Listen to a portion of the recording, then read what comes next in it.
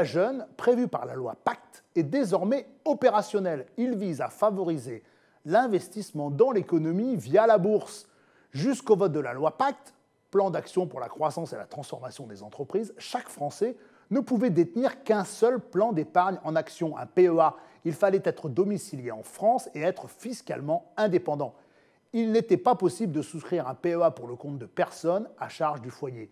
Depuis le 25 août 2019, un décret de la loi Pacte rend possible l'ouverture d'un PEA dit jeune. Ce plan d'épargne en action s'adresse aux jeunes de 18 à 25 ans rattachés au foyer fiscal de leurs parents ainsi qu'aux mineurs émancipés. Le plafond de placement est de 20 000 € et il vient en déduction du plafond de 150 000 € du PEA éventuellement détenu par les parents.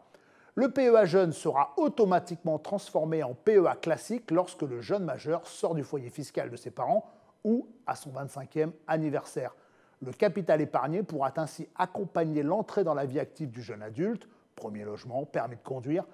Pour bénéficier de la fiscalité avantageuse du PEA, il est conseillé de souscrire au livret jeune dès les 18 ans du jeune adulte. Cela permet de prendre date et de lui permettre de bénéficier d'un livret de plus de 5 ans dès ses 23 ans.